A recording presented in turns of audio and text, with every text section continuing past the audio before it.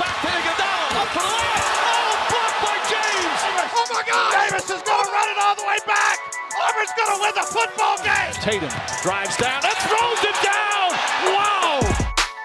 To throw, rainbows it down the right side for Kyle Pitts. He's got it. He's there. Touchdown. Oh, my.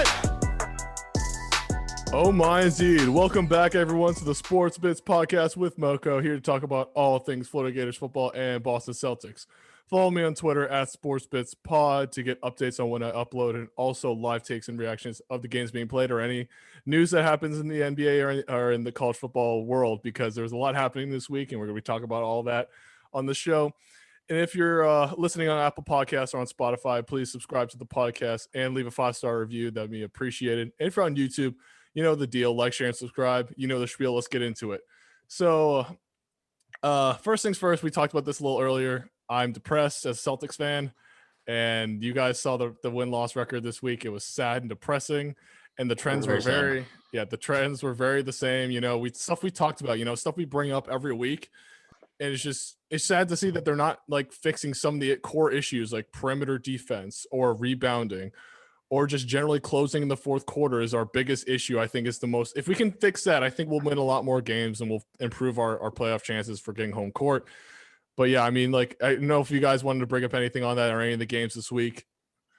You know, something for me that jumped out in the box score for the Grizzlies game. Valanciunas had 19 rebounds, and 7 of them were offensive rebounds. And only 2 players on the Grizzlies did not record an offensive rebound. So I feel like offensive rebounding for them was like a huge thing. And also the point margin was 6, I think, right? Yeah, 6. So it's 6 points. So what was it? The Grizzlies, their offensive rating, or I think their offensive efficiency, which is the number of points they score per 100 possessions, is 107. Yes, 107. So they score about 1.07 points per possession, I think. So the fact that they got rebounds, I think, was like a huge thing, because it's just giving them an extra possession, and then, you know, they're scoring about a point per possession. So I think that really was a big thing for them. That's good you elaborated on the stat, because some people may not know like these certain stat lines we bring up. So yeah, if you guys ever bring up specific stats, try to elaborate them. Yeah, this was from ESPN as well. Yeah, just the overall performance of the Celtics this past week is just extremely depressing, and I can understand where you're coming from, Makoto, because like it's just like it's just a rest in peace moment, because like you want the Celtics to do so well, but like realistically, and they have the talent to do well. They have the talent, you know, they have such good young talent, and it's really, honestly, I think it's just tragic. You know, I'm just gonna say, y'all have we all 3 of our teams should be dominating. The Suns are dominating, the Nets are dominating, and I'm just sitting here sad as an 8th seed in the East, when we should be like the 4th or the 5th like seed.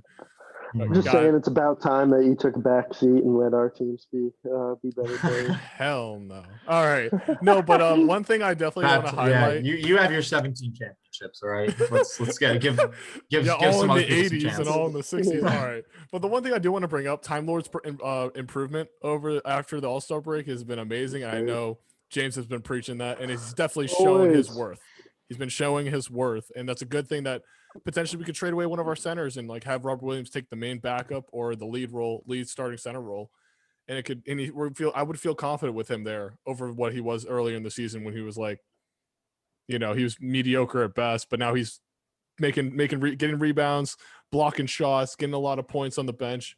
It's amazing to see. But yeah, I mean, the games, they were what they were. There's nothing really much to break down. They're all the same things. Like, if I had to break them all down, I'd say the same points for every one of them. But more interestingly, in the headlines, Brad Stevens leaving for Indiana University ? He's not.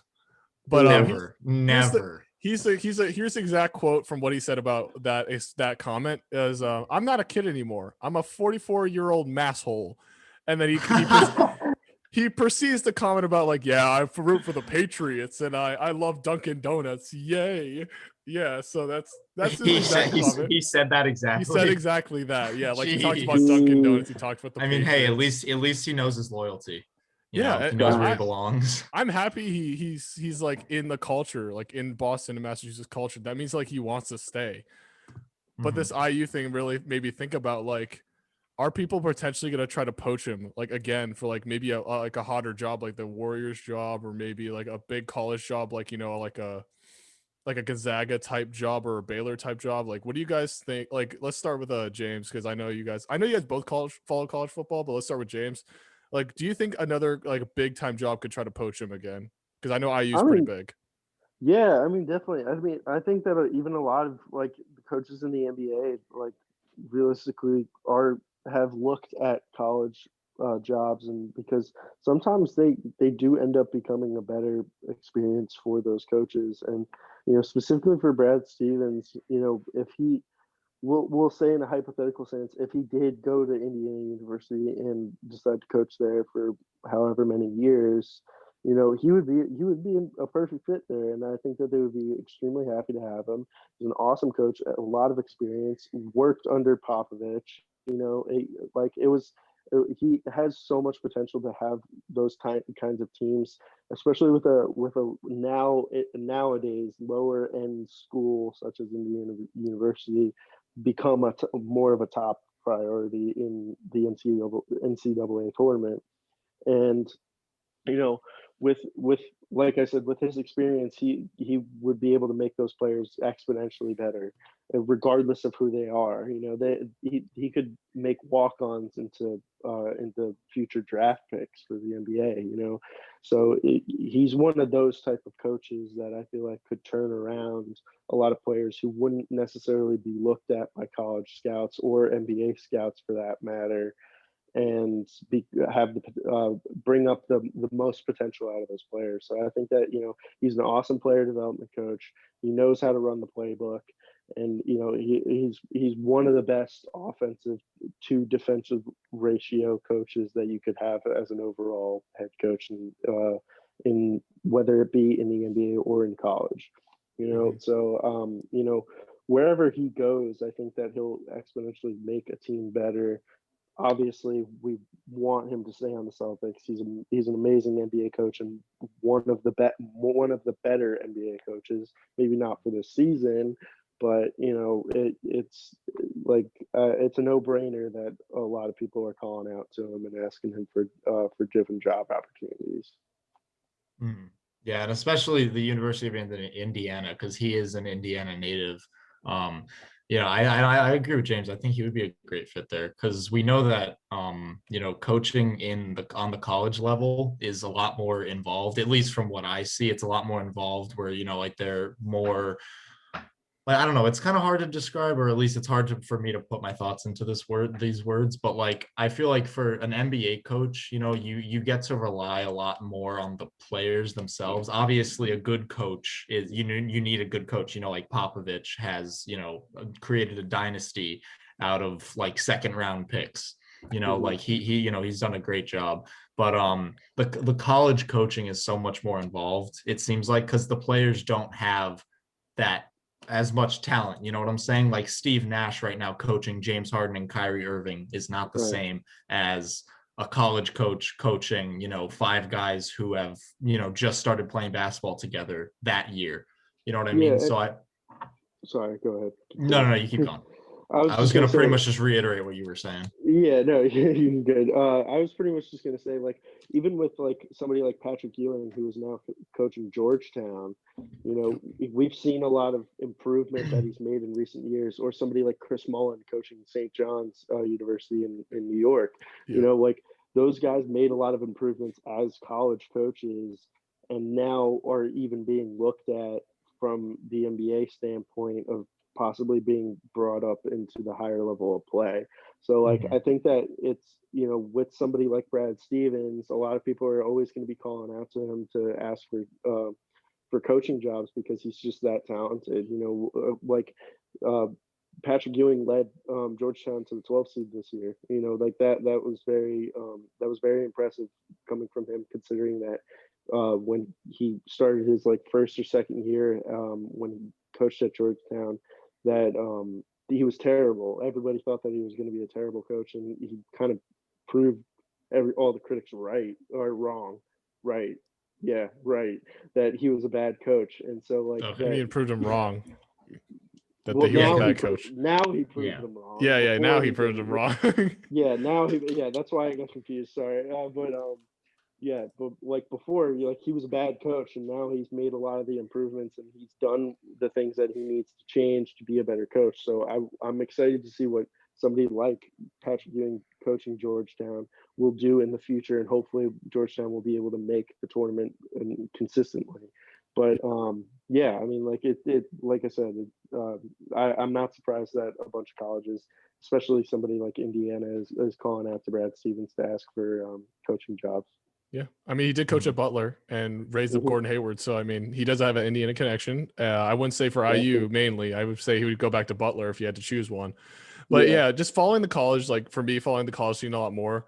There's a bigger thing that like not just coaching like new guys, but also recruiting these guys. You have to be the main recruiter to these colleges.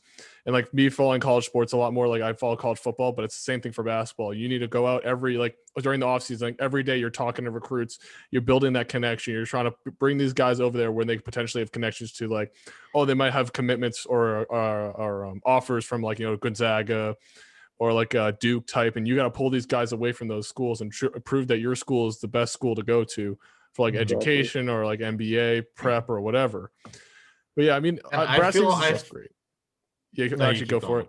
Yeah, I feel like also like in terms of recruiting, like Brad Stevens, just the name itself would draw recruits in. They because they would know that they're getting the previous experience from, like you said, he was coaching at Butler. He did a great job there. He's coaching the Celtics now. So if he went to Indiana, hypothetically, then yeah, I think a lot of people would want to play under him because they know that he has the experience and he's going to be able to develop them into potential draft picks. Yeah, it's like having Roy Williams or Coach K at Duke and UNC. Like that name brings those recruits over, and that's why they've been really good because they've shown their pedigree, and then they bring the recruits in to back it up and make them even better. Mm-hmm. But yeah, speaking of college basketball, March Madness kind of screwed all of us over. I don't know how many upsets there were, but I think there's like it's close to like the most upsets in the first one or two rounds, I think, in a while.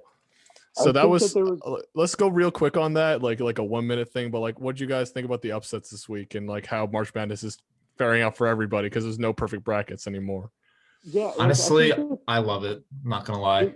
I love it too. I think there was more upsets than there were like chalk picks, which is ridiculously interesting in my opinion. Because it's like we know that March Madness can be crazy like that. That's why it's called March Madness in the first place. But like, it's just so surprising to me how many teams that were lower seed were able to beat the higher seeds. Like, it was unusually mad. It was unusually mad compared to most years that I've watched in March Madness. Because I've been raised a UNC fan. I've watched their dynasty or their even Duke's dynasty because we have to play them every year. It's very uncommon. This is like one of the few years I've seen like, oh my God, like, and plus both of my teams are out. So like, I'm kind of just like whatever about March Madness right now. Yeah. UNC got lost to Wisconsin and Florida lost to Oral Roberts, and I'm fuming. Every Florida fan who follows basketball even slightly is fuming, losing to Oral Roberts. Oral Roberts has gone off in this tournament Cinderella. for no reason. If they win in the Sweet 16, this will be a real Cinderella story, just like from 2 years ago. And even like UMBC last year beating Virginia, that was a crazy moment. Yeah, actually, not last year. It was 2 years ago, something like that. And I think that like at this point we can say pretty safely. Again, it's March Madness, so we have no idea what's going to happen. But I think at this point we can say pretty safely that Gonzaga is going to win the whole thing. Yeah, like they eliminated Illinois already, so now they only have to deal with the only person I could think of they would have to like be worried about is Alabama and Baylor. I would say are their two main worries. Yeah. That's what I'm saying. I feel like they have they have an easier path to the finals now. And then, like you said, because I'm pretty confident that Baylor's going to make it to the finals. So I think that's going to be a really good matchup. But they definitely, both of those teams have a much easier way to the finals at this point now. Exactly. But yeah, it should be pretty interesting. I'm excited to see what the rest of the tournament's going to look like.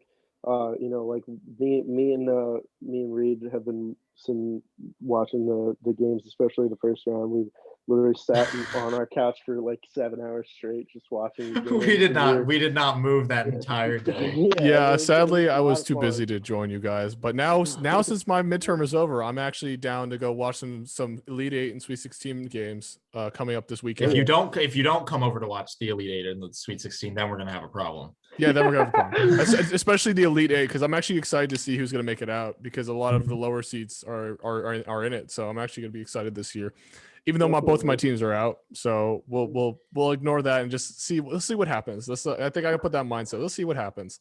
I'm excited. We all looked like fools for last podcast when I said that Wichita State was looking great. Reed said that West Virginia was looking great. Nope. Drake was looking great. Yeah, everyone's. We look like idiots. I know we all look like idiots. So at this point, we're just gonna put our hands up and just say, "Let's see what happens." I'm excited. Exactly. I don't want to say anything else about it because I don't want to embarrass myself anymore than I already have. I'm done. I'm done trying to make hot takes about the March Madness this year. So, but let's run scores. There are some things we need to talk about with the trade deadline, because that's actually tomorrow. Because we're recording this on the 24th, which is the night before the trade deadline actually is.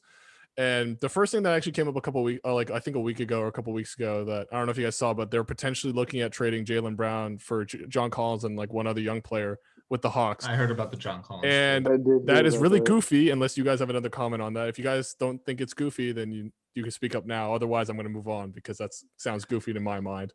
I don't like it. I don't like it, but like I don't think that like it should be completely ignored or thrown in the trash. Like as like the only reason why I'm saying that is, yes, like we know how great Jalen Brown is, and how how underwhelming sometimes John Collins can be. Yes. But I like the idea of the Celtics looking at more centers, because realistically Tristan Thompson was not it. Yeah. And Robert Williams, he is on the come up, but like they need more help. So they need like a rotational center, but I don't know if really John Collins would be that rotational center. Funny enough, you guys don't know who the people I'm actually going to bring up, but this came up today, and they're in live talks with the team right now about him. But John Collins, also the last thing I'm going to say about that, John Collins is on his last year of his contract. You would have to pay him. We already have Jalen Brown locked up for 3 more years. That's goofy. That's also why I think it's goofy. But this guy, potentially we're going to be trading for him tomorrow. You guys I think I know who you're about to say. Aaron Gordon. Yep. Aaron Gordon. He's athletic. He's a great defensive 4 who can guard the 5 and the 3, so you can guard 3 positions. Really good offensive guy when you need him to be. He's the current trade options I think they're going to try to offer him. So the current sources say that they're going to offer up a young player of some sort. We don't know who it is going to be, and a first-round pick, and potentially throwing in another pick along with that young player and that first-round pick for Aaron Gordon. And also we have that trade exception if we run over the cap. And that's also another thing that's really weird. They aren't using the trade exception, but I think they're going to save that for Harrison Barnes if we have to trade for Harrison Barnes. So that's the other guy. So I actually want to start with let's start with Reed, because I know you want to talk about that. Yeah, what are your thoughts on the Aaron Gordon trade? So first off, I like Aaron Gordon going to the Celtics. I think that's a good idea. However, what I saw today, I saw something Woj was talking about it. How I think about 2 weeks ago, Aaron Gordon did request a trade from the Magic, but apparently recently he has had second thoughts about his trade request. So I'm not exactly sure, how much he wants to leave the Magic and exactly like what's gonna push him, because I know the Magic obviously love him because he's one of their star players. So James is taking a walk. James is taking a walk. On the move. I forgot that I have to take my medication real quick. Oh, go for it. Yeah, we'll keep it on. Reed, you want to keep talking? I just don't know if he wants to leave. That's my only thing, because I like the idea of Aaron Gordon going to the Celtics. I think it would be a really good idea. And you brought up the trade exception thing, because I know that I think one of the biggest problems with putting Aaron Gordon on the Celtics would be the fact that he's expensive. He's a good player, and you guys already have a lot of contracts. You have Jason Tatum, Jalen Brown now. Kemba Walker still has a big contract despite his poor play. But so I don't know. I think it'll be difficult for the Celtics to afford Aaron Gordon, if I'm being honest. Yeah, I'm gonna quickly pull up his contract if I can find him, because why does he not pop up on? If you guys want to know, I use Basketball Reference for all my stuff.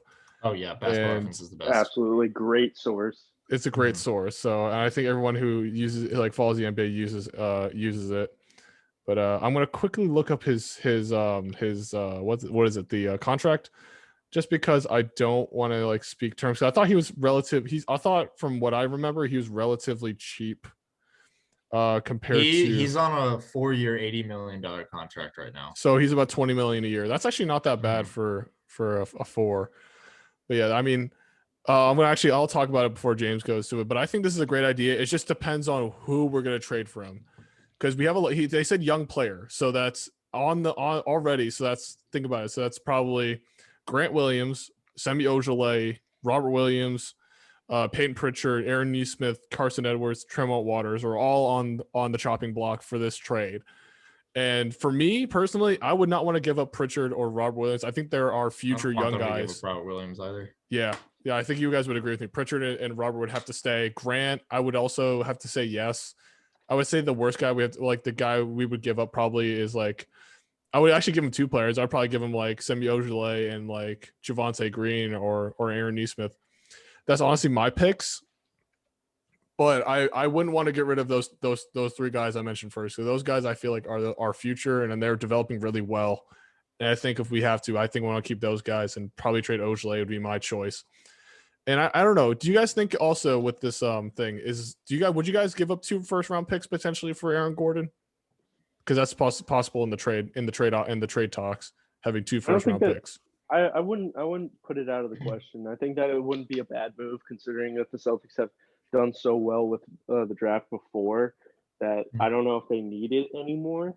And so the reason why I'm kind of leaning towards that direction is because if they did theoretically get Aaron Gordon, it would be a smart move to trade those picks, because you kind of don't have to rely on that anymore. You'll have guys who will be able to kind of take that weight lifted off the Celtics shoulders by not having those picks that year. You know what I mean? Mm-hmm. So I think that it could work better. Reed, what were you going to say? So I feel like I agree with what you're saying, but my counter to that would be I feel like, so you said the Celtics do very well in the draft, and that's true. They consistently draft good players.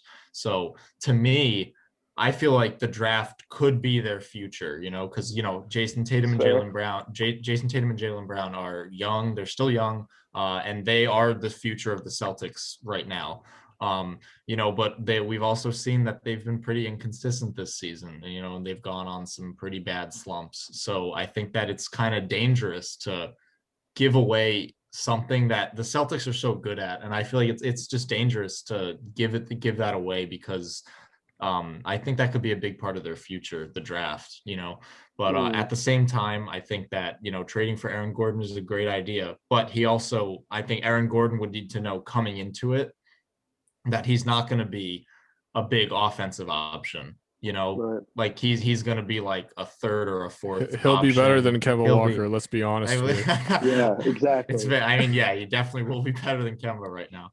But no, I think that he needs to realize that he's going to definitely take a step back on the offensive side, and he's going to need to take a big step up on the defensive side for the Celtics. I could totally agree. And I'm also picking up their incoming, their future draft picks, and the only first-round picks they have is their own.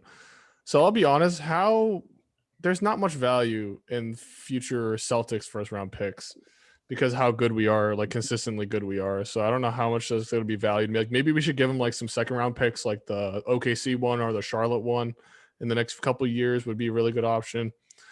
I don't know. Again, do you guys have any final takes? Because I really don't have anything else to say. I think I've said everything I need to say about it. I would say yes, and just give him Semi Ojeleye. No, give him Grant. Keep Grant, Pritchard, and Rob Williams, Time Lord, and you can trade whoever else in my mind.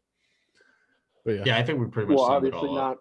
Obviously not Jalen Brown or Jason Tatum. No, that's you would have to be getting like Vucevic for that. Like that's no way you're getting. You have to get Vucevic and Gordon for like one of those guys. Like there's no way you'd trade away one. No, and I don't think the Celtics. I don't think the Celtics want to do that either. Yeah, no, of course, but I don't think the Celtics would even want to do that. Yeah. I'm pretty sure Danny Ainge said he said Tatum's officially untouchable and Jalen Brown's potentially on the untouchable list for Celtics. So. That's a good thing. I want to keep those two guys. But the next one here, let's talk about quickly the Harrison Barnes thing. That's been coming up every so often. We did talk about it earlier, but now since the trade deadline is tomorrow, do you guys still think the Harrison Barnes trade is possible? Harrison Barnes trade is possible tomorrow?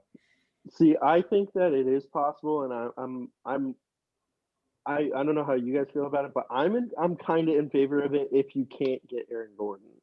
You know, if like for me, yeah, that's kind of why I'm coming at like. Realistically, you can kind of play him at the 4, and you know what I've been preaching about this the entire time I've been doing this podcast. But like, obviously, start Robert Williams at the 5, Please. and then put Harrison Barnes at the 4. Run small up until you get into trouble with like teams like somebody like the 76ers where you need bigger men. We got Tice. We have Tice as our big man. Like.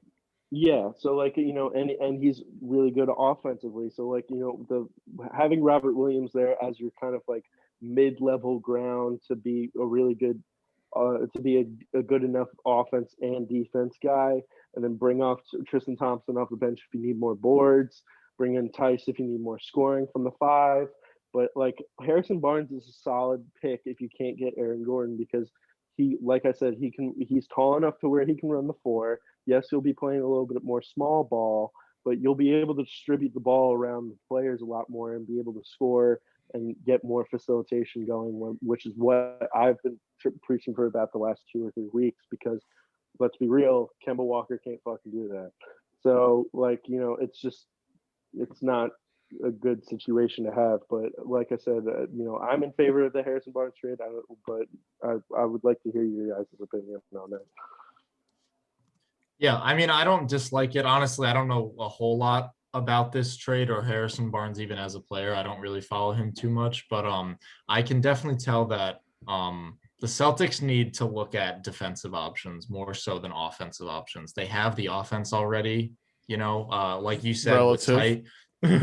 Suppose on paper they have the offense on paper. So, you have Brown and Tatum. Like James, you said, Tice could bring in scoring from the 5. So I think that it would be a good option for them for sure, but they definitely need to look at some defensive options as well. But Harrison Barnes is also a good defender, if I'm not wrong, right? Yeah, exactly. So I think that they need serviceable defenders. I mean, now that Marcus Smart is back, obviously not so much, but I still think that they need some help against some of the bigger teams in the league because Marcus Smart is only like 6'1" or 6'3", I think. He's small. He's a great defender, but he's small. Okay, I didn't know this. I thought Tice was listed as a 7-footer. He's actually only 6'8". I didn't realize that. Huh. He's still a big enough man. He's big enough, but I'm just like every time I see him like matched up against Joel, he seems comparable. So I was like, wait, he's probably 7 foot. I didn't know how tall he was actually. They always mess up the heights too because they switched it recently to where they're not counting them in the height in shoes anymore, and like I don't know. He was listed at like 6'10", I think, like the year before. So I'm not really too sure about what that doesn't make any sense to me. I feel like they should keep the height listed with shoes on because like you play the game with shoes on. So like I feel like you just as a given you just add an extra inch or 2, and you just like that's their actual height. So we need to match up, with this guy with whoever. But yeah, I mean. For the Harrison Barnes thing, real quick, I think it's good. He brings some great offense if we need it, and some good defense. It's overall a good rotation piece. I don't think he'll make like a third option on this team. He maybe, I don't know, maybe if Kemba really does fall off, he'll be a third option. And we've seen Harrison Barnes do well in the past. I mean, he was really good on the Warriors before they started heating up and winning those championships. Now, realistically, yes, and he was good on Dallas as well. They didn't need him, but he's a solid player and he can do enough for a team to where it'll impact them enough. He's kind of, in my mind, he's kind of like a situation where Blake Griffin for the Nets. He'll help them out, but he's not going to change anything drastically. It's never going to be a situation where it's going to be hurting your team at this point. So that's why I'm more in favor of getting Harrison Barnes. But obviously, you want to go for Aaron Gordon as much as you can. Yeah, I'm definitely gonna try to preach just get Aaron Gordon. Like maybe I don't know if the two first round picks is too much, but I don't know. I don't know for how desperate we are at this rate, but yeah, I mean, hopefully I would say pretty desperate. I mean, yeah, we are falling out of playoff contention, and I don't know what our expectation is, especially since we've been playing so well. And like, that's the thing about like, I guess I could bring this up because I just thought about it. Like, we've had expectations about championships. We've made it to the Eastern Conference Finals multiple times with IT. We made it with Kyrie when he got injured, and we had all our young guys play. And it's like every other year since, like, it's been very mediocre, like a second round exit, first round exit. Is there a reason? I mean, I feel like after, like, it's probably development. The young guys haven't gotten much experience in the playoffs, but is that the reason, or is there any other reasons I'm missing for like why we haven't really made championship level, kind of thing? I think you brought up a good point at the beginning where you said it's tough for the Celtics to close games out, and I think that's been a consistent problem, not just this season. I agree. They have a hard time closing games out. Which would further, extrapolate to having trouble closing out an entire series. I mean, they beat the Raptors last year, right? But that's still, it went to 7 games. And realistically, I think with the way that Pascal Siakam played, I think the Celtics really should have torched them. We should have. But yeah, so I think that's a big problem for them right now, is just being able to close those games out. It seems like the players are getting really hot in the first half, and then they're cooling down in the second half, and that's when the other team is going to heat up, and then it's just going to be a problem, I think. And I think it is a problem already. Mm-hmm. I totally agree. Yeah. I mean, I couldn't say anything better myself. Yeah, that's it. And honestly, I think it's also not having that veteran leadership, or there's someone like maybe a LaMarcus Aldridge type, someone who's been there so many times to like mentor these guys. Like, this is how you, like, the mentality you need to have, like how you need to play these things. But yeah, I mean, I thought we had that with Kyrie. I thought we had that with Kyrie, but Kyrie decided to go be a terrible locker room guy, and he decided to leave, and then he left. We decided to drop him. So I mean, I thought we had that with Kyrie as a finisher in the fourth quarter, but yeah. So my problem with Kyrie, I feel like obviously he puts the stats up, but I feel like sometimes he can be kind of like an empty calorie star. Do you know what I mean? Yeah. Like, I feel like for him to be the first option on a team and him be like the only option, because he pretty much realistically was like the big option on that Celtics team. I think it's hard for teams to like close out, with just Kyrie. And I think that's why the Nets are having success, because they have Kyrie, but they also have James Harden. And we also had Kevin Durant, who's been injured for God knows how long now. I think he last played in like February 12th or something like that. But yeah, so I think Kyrie definitely needs to be surrounded by like good players.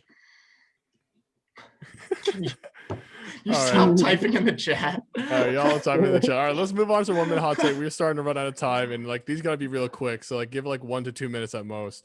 So recently we all heard the headlines. LeBron James had a high ankle sprain, and he's probably gonna be out for probably for the remainder of the season. Like, just make sure he rests up for the playoffs. But having AD already injured, like, how impactful is this? Because like my only thing about it is that this potentially could mess up their seeding.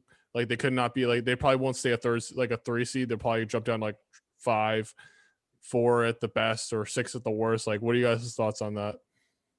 I mean, they have an MVP runner-up from last year. I'm pretty sure was LeBron runner-up last year for MVP? Yes. Or he was. Yeah. Okay. So he was in the conversation. So they have a runner-up for MVP out, and Anthony Davis, who was runner-up for Defensive Player of the Year last year, out. That is two like massive hits on a team.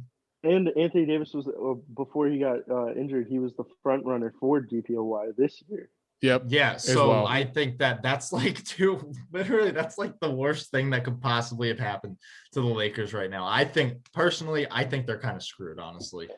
I wouldn't say that they're totally screwed, but I would agree with Reed that like they are going to drop heavy, and I don't and that and with that being said, I can't put a specific number on what seed I think that they'll be at the end of the season if LeBron and AD are both out for the rest of the season, but I think that they are going to drop significantly, and it gets me kind of excited because that means the Suns are probably going to be a 3 or a 2 seed, Yep. and I'm really happy about that. So Yeah. I mean, that gives us a good shot at getting a good shot at trying to get in contention for the championship. Do I Yep. think that'll happen? No, but you know, it's a good first experience for the Suns. You know, I think that we're on the come up, and you know, I think that Devin the Booker and Lakers, DeAndre Ayton need this experience. So bingo, if you didn't say it. yeah, well, they do. They do need that. Yeah, but I don't experience, think Book hasn't been to the playoffs once. Nope. not. But yeah, I think that the Lakers are going to drop heavy. I wouldn't be surprised if I saw them around like the 5 seed. Yeah, that's exactly where I have him around. And just honestly, LeBron should be back for the playoffs. And honestly, this is the thing about LeBron. Like we've seen him carry trash teams, like the Cavs. We saw the example of the Cavs. But how do I mean, he does have AD as well. Hopefully, AD will be back. I'm just trying to think because like I mean, AD should be back by the end of the season. Yeah. But, yeah, I think they said he should be. Yeah, I know the impact is gonna be important, but also my thought in my head, like I'm trying to word this, like I'm trying to figure out how I'm gonna say this, but like I don't know how important home court advantage is this season because I don't know if it matters if you're a 5 or a 6 seed when there's like barely like there's only 1/4 of the fans there, and like you're just playing just for playing. You're not like getting hyped up by the fans or anything. You're just playing with pure skill, pure power. You're not getting that adrenaline from usually you get from like the fans or even like the pressure from the fans if you're an away team. So I know LeBron can handle it, but I don't know some of these guys who've never been to the playoffs on the bench or even on like the other players on the Lakers have ever experienced it.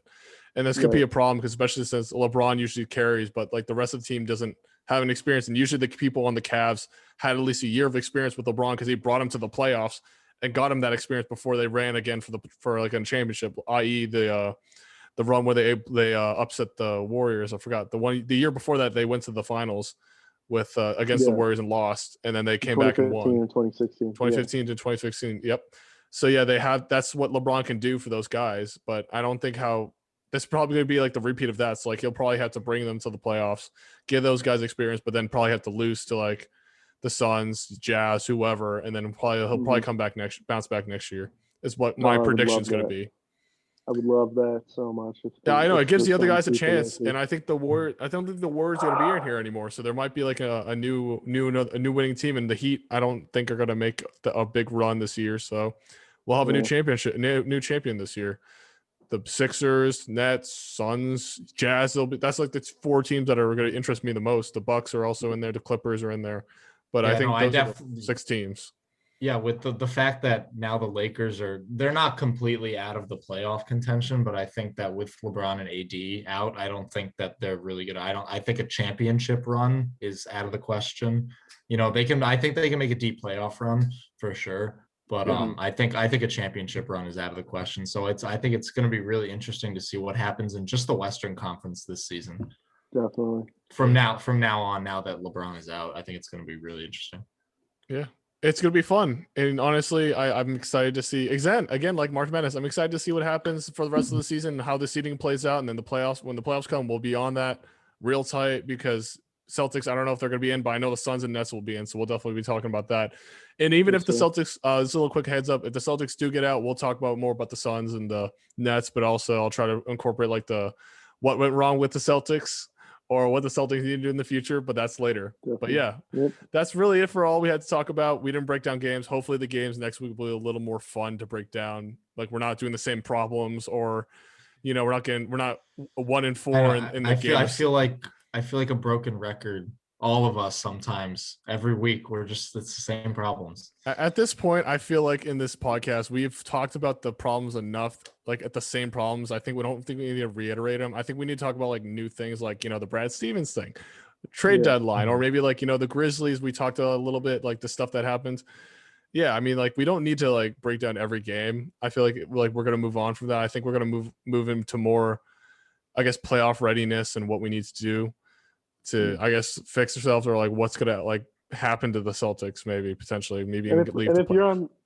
on YouTube, let us know in the comments. If you Yeah, want let us know in the comments. But yeah, we're running out of Please, time. I am very curious to see what everyone thinks. Yeah, we're less than a minute, so yeah, I'm gonna close it up on the Celtics side. I'll see y'all next week. Hopefully, we'll have more fun things to talk about again. But yeah, until next week, everyone. We'll see you. And we are back, and we have video this time. So yeah, since we actually transitioned the Celtic side to video, we're actually gonna put this side, add video to this side of the podcast. But yeah, it's time to talk about some spring football, where since it just finished up this week, he said Dan Mullen had his most recent press conference, and he had some details that, we should talk about, and especially since it's the wrap up, he gave a lot of like closing remarks and about what things have developed and what guys he potentially could be starting, etc. But yeah, let's get right into it. I took a few notes throughout the whole podcast, the whole press conference. I keep saying podcast, but it's actually the press conference, and like what details he said, like what he like feels confident about and all that stuff.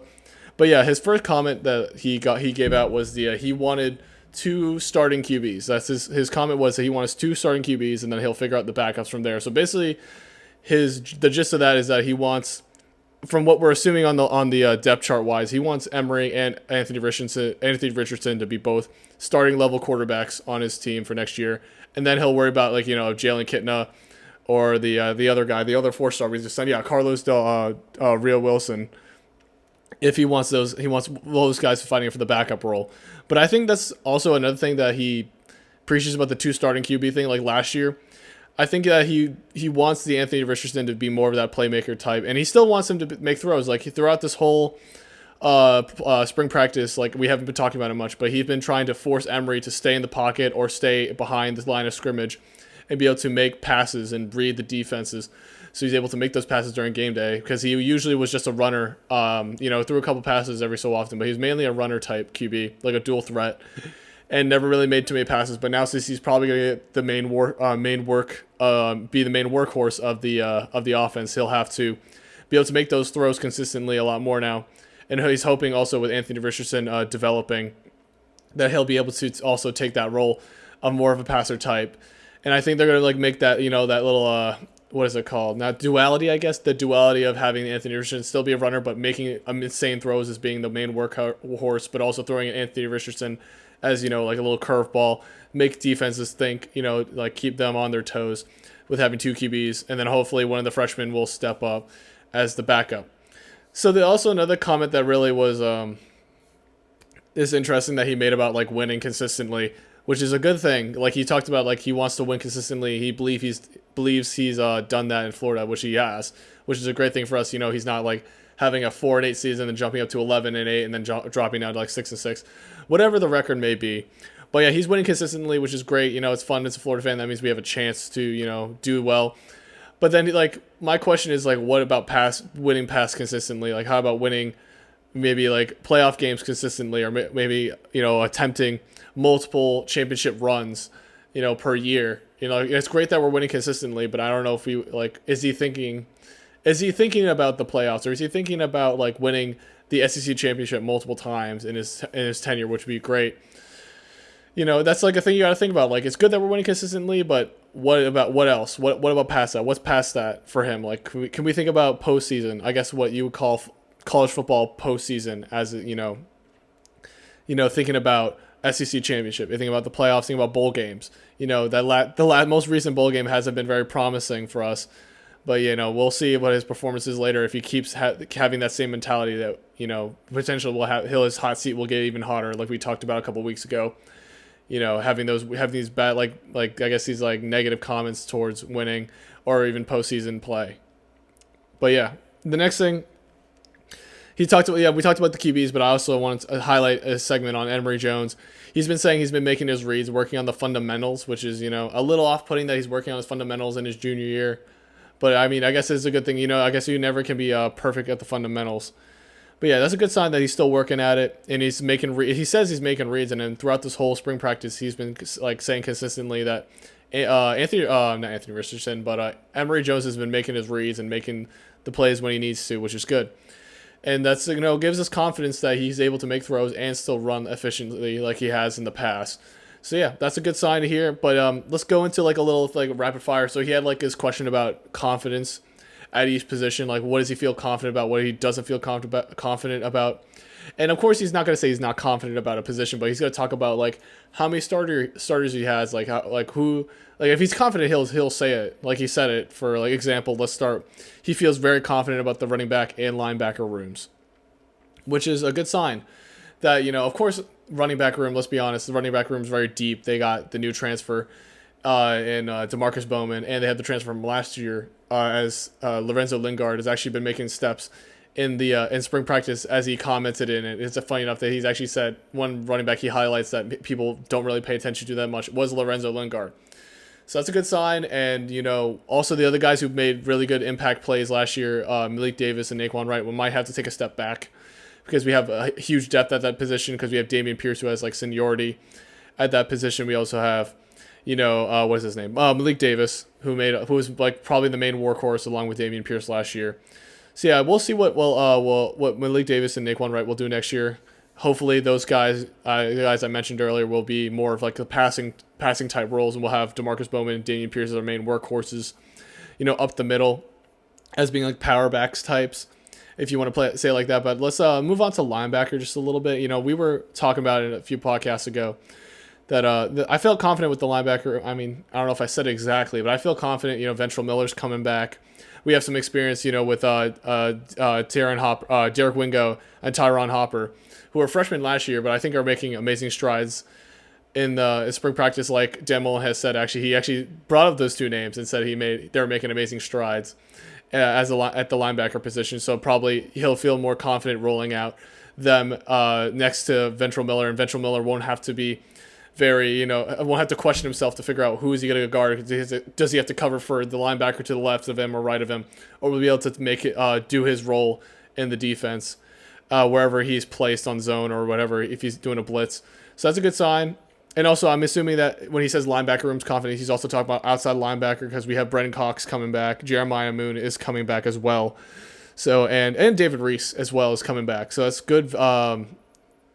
I guess good veteran leadership in that room, but also we have, I guess, guys you don't talk about that much. Bogle's coming back, and Jeremiah. Yeah, we talked about Jeremiah Moon, but I think those three guys are the main pass rushers on the edge to help out. The interior guys, the defensive line, which we'll talk about after this real quick.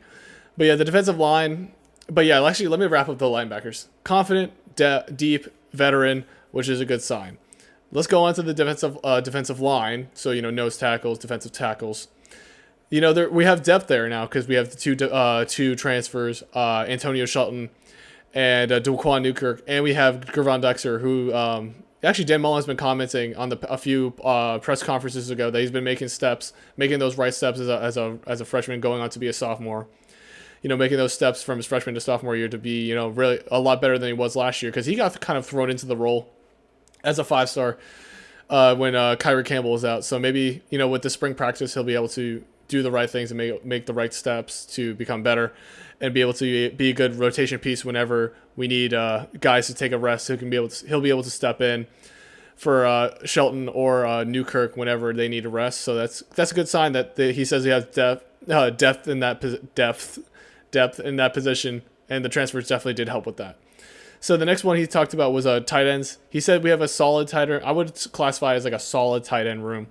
We have Zipper and Gamble, Keon Zipper and Gamble, Kamori Gamble from last year who are like I guess like juniors going on, juniors and seniors that are bringing that leadership. They have snaps and reps from last season that they can bring on to next season, and hopefully they'll probably take the main load for next year. And also like a guy they've been highlighting a lot in these press conferences is Nick Elksness, who's been taking steps as a freshman, being an early enrollee and, showing out that he's, he's like competent in playing really well in spring ball. So hopefully that translates to the football field when it comes to next year. But yeah, the tight end room is solid. Another thing he talked about the wide receiver room is they're making strides. I think that's what kind of sums it up. But also one guy he keeps highlighting a lot was Jamarcus Weston. He's been saying that name multiple times. He's a sophomore now, redshirt sophomore. So he has that experience from last year working with the guys. And, hopefully that highlighting his name quite a few times during spring ball means that he's probably going to take a good chunk of the reps next year and be able to be serviceable at the position, because we still have, from last year, we have Copeland, we have Henderson, we have Justin Shorter from last year. But hopefully he'll be able to crack the rotation as well, hearing all the praise from Dan Mullen this season. But yeah, Jeremiah Moon is back. I did talk about that. Secondary, he said, needs depth. He says he's confident with the 1, 2, and 3, but he needs more from the 4, 5, and 6 guys. So from my predictions, looking at the depth chart and hearing from what everybody's saying from the insiders and all that, I'm assuming that he's talking about Kyrie Elam's going to start definitely as the number 1. Number 2 is probably going to be Jadon Hill, who's a junior. They're both juniors now, and I think they're going to be probably the first, the 1 and 2 at the cornerback position. And I think Jason Marshall, being that 5-star and having a lot of talent, he's going to be that number 3 in the nickel spot for the cornerbacks. And from these names, I really don't see anybody that really stuck out that no one's really been talking about at the cornerback position for the 4, 5, 6. But hopefully, he said he needs depth, so hopefully he'll be able to develop that for having those backups just in case somebody goes down or they need to rotate the guys in for a break, for rest and stuff during games. So hopefully he'll be able to find depth there in the cornerback position. But yeah, he also, the last comment he said was he has a good idea of who he's going to play for all the positions, which is a good sign that he has a starting whoever, a starting 4, 5, and his 1, 2, and 3, or 1 and 2, whoever is going to start. But again, his main underlying trend that he's been talking about is he needs depth at each of these positions. Some of them do have them, some of them don't, which is concerning. But hopefully he'll have time in the summer, and after this rest period, he'll be able to develop those guys again, and be able to get more practice in spring and fall. I mean summer and fall, be able to get that depth up, that we won't have to be so nervous about do we need to put this freshman in maybe because we don't have this set guy who's going to come in for rest periods or whatever they need, or if someone goes down. Again, so that's confidence, and it seems like Dan Mullen throughout this whole period has been really confident in his defense, and then his offense, he's finding the guys he needs to find for who he's going to start. And I think a lot of the insiders are saying, I think the thing with spring practice that I've learned a lot, because I never really followed spring practice as much until now, is that one group may be good, but that also may highlight some deficiencies at another position. For example, if the O-line is really good, is it because the O-line is really good or making steps to become better, or is it the defensive line is actually struggling because you're playing against yourself? So you have to critically look at both sides of the table and look at, is the offensive line really popping off or we're doing really well, or is it the defensive line that's really struggling and that's making the offensive line look really good? Same with wide receivers, cornerbacks. If the wide receivers are doing really well, does that mean the quarterbacks need to take some steps forward, they're not playing as well? Or is or if the cornerbacks are really good, or the wide receivers really just are struggling and they're not playing as well as they should be?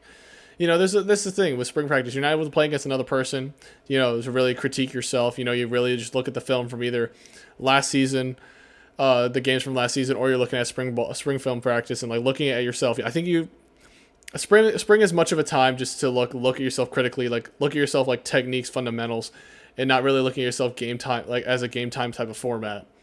So, I'm learning a lot about spring practice, and this is my first year seriously covering the off season. And it's been really fun, and I've been really enjoying this. Learning about these procedures, and knowing ahead of time who's gonna play and who the coaches feel confident about rolling out beforehand. But another thing that came up, just talking about cornerbacks and stuff, I keep mentioning it subtly, but Dan Mullen keeps praising Jules Montanar and Wellesley McGriff, their strides at developing the guys and how well they've been able to transition into the Florida system and be able to coach these guys up. And also, I think it's really helpful that most of these guys in the secondary room, cornerback, safeties, are younger, generally younger. You have a couple experienced guys like Kyer Elam and Trey Dean. But I think that helps that you have a young coach and a young guys to work together and be able to bring their expertise and be able to feed off each other, which is a really good thing. But yeah, I mean, there's not really much else. I mean, that's like really much I picked out from most of the weeks of the spring practice press conferences plus the insiders takes. But yeah, I mean, honestly, after spring practice, I feel a lot more confident because I know as a Florida fan, you don't really follow the offseason as much, so you don't feel as confident, seeing, oh, maybe there's a lot of young guys at this position, or maybe on the one side of the ball, like the defense or the offense. You don't feel as confident. And then now hearing, with me who follows it a lot more seriously now in the offseason, I'm starting to feel a little confident that we can we can be efficient, or not efficient, but play well, or play as we are expected to play next year. Not like I don't think we're gonna play like lights out like we were last year, like make a big like playoff run. But I think we'll be able to compete against Georgia. I think we'll be able to compete against in the SEC championship if we make it there. And hopefully we'll play well in our bowl game. Maybe potentially another New Year's Six bowl, and that would be really exciting. But there comes a point where you keep playing New Year's Six bowls, but you expect to play in the playoffs eventually with all this, good performance you play after how many years. You expect to like make eventually a playoff run, and that could potentially take off some Florida fans that we haven't made a serious playoff run, or we haven't even made the playoffs, after how many years that Dan Mullen has been there.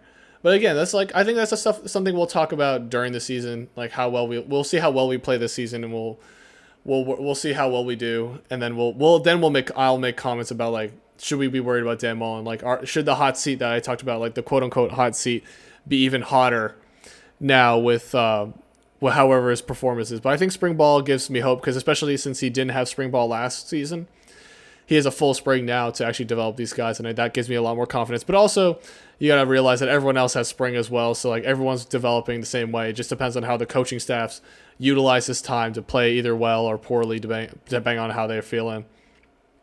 But yeah, that's really it on the Florida side. Hopefully I'll have something else to talk about, but this is just a wrap up for spring. He said he'll have another press conference for Pro Day for all the Florida guys, so maybe we could talk about the NFL prospects. We can talk about Trask. We can talk about Pitts and Kadarius Toney and how well they're going to be doing, because I don't really see anybody else that's going to be like high draft picks from Florida. So maybe we can talk about those guys, and maybe some new news that comes out of spring as well from the off season. But yeah, that's it for the Florida side. I will see y'all next week. Peace.